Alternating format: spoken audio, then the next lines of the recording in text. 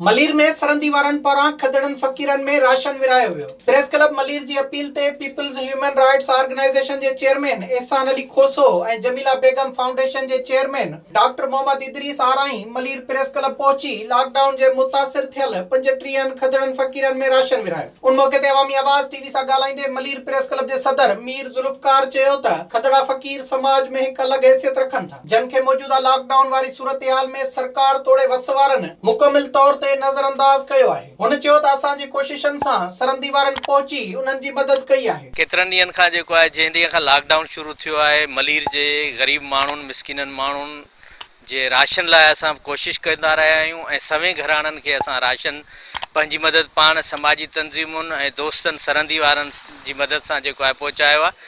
अॼु बि जेको आहे असांजे समाज जे धिकारियल हिकिड़े फ़र्दनि लाइ कोशिशि कईसीं। उन्हनि जो जेको अॻुवाण आहे मज़हर अंजम खदड़नि फ़क़ीरनि जो, उन मूंसां राब्तो कयो त असांजा 30 ख़ानदान आहिनि, 30 फ़क़ीर आहिनि जिन खे जेको आहे राशन खपे।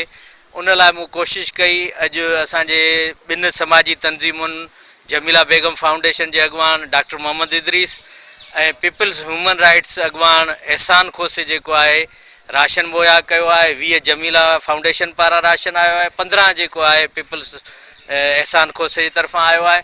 पीपल्स ह्यूमन राइट्स ऑर्गेनाइजेशन जे चेयरमैन एहसान अली खोसो ऐं जमीला बेगम फाउंडेशन जे चेयरमैन डॉक्टर मोहम्मद इदरीस आराई अवामी आवाज़ टीवी सां ॻाल्हाईंदे चयो त मुल्क में कोरोना वायरस सबबि जिते हर इंसान मुतासिर थियो आहे उते सभ खां वधीक खदड़ा फ़क़ीर मुतासिर थिया आहिनि, जिन जो अक्सर गुज़र सफ़र माण्हुनि जी इमदाद ते हो। हुननि चयो त मलीर प्रेस क्लब जे सहाफ़ियुनि पारां खदड़नि फ़क़ीरनि जी इमदाद लाइ अपील कई वई, जंहिं ते असीं उन्हनि जी मदद करण लाइ पहुता आहियूं। मलीर प्रेस क्लब ते अचण जो मक़सदु मीर जुल्फकार साहब हिकिड़ी स्टेटस रखियो हो त जेके खदड़ा फ़क़ीर आहिनि जेके त धकारियल असांजे माशरे जा, हुननि जे जेको सरबराह आहे हुन मूंखे कॉल कई आहे ऐं हुन इहो चयो आहे छा असांजो हक़ न आहे त असांखे बि राशन ॾियो। असां बि जेको हुननि जो हिकिड़ो कमाई जो ज़रियो आहे, हू वीचारा वञी मार्केटनि में पिनी खाईंदा आहिनि, लेकिन हू मार्केटूं बंदि हुजण जे करे फ़ाक़ाकशी जा शिकार आहिनि।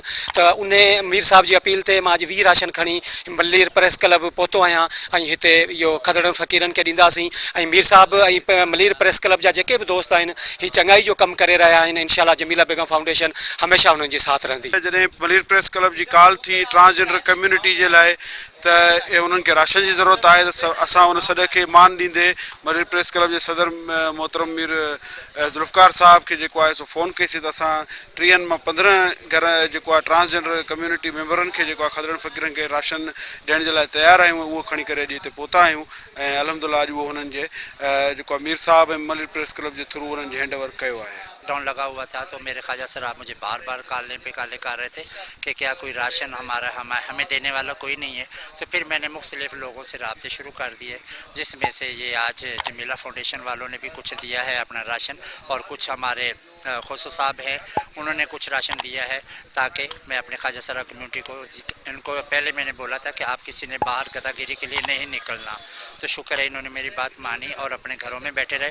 और ये है कि मैंने इनको कहा है देखो भूखा कोई नहीं मरता, आपको पता है, लेकिन ये है कि इस बीमारी ऐसी बीमारी है, इस बीमारी से आप अगर घर पे रहेंगे तो सबसे अच्छा हो। राशन विरायण दौरान मलीर प्रेस क्लब जो जनरल सेक्रेटरी अली मोहम्मद गपोल, नायब सदर सजाद छजड़ो, खजानची आसिफ जतोई, सीनियर सहाफ़ी जमील चांडियो ऐं ॿिया पिण मौजूद हुआ। विज़िट कयो अवामी आवाज़ मीडिया ग्रुप जी वेबसाइट awamiawaz.pk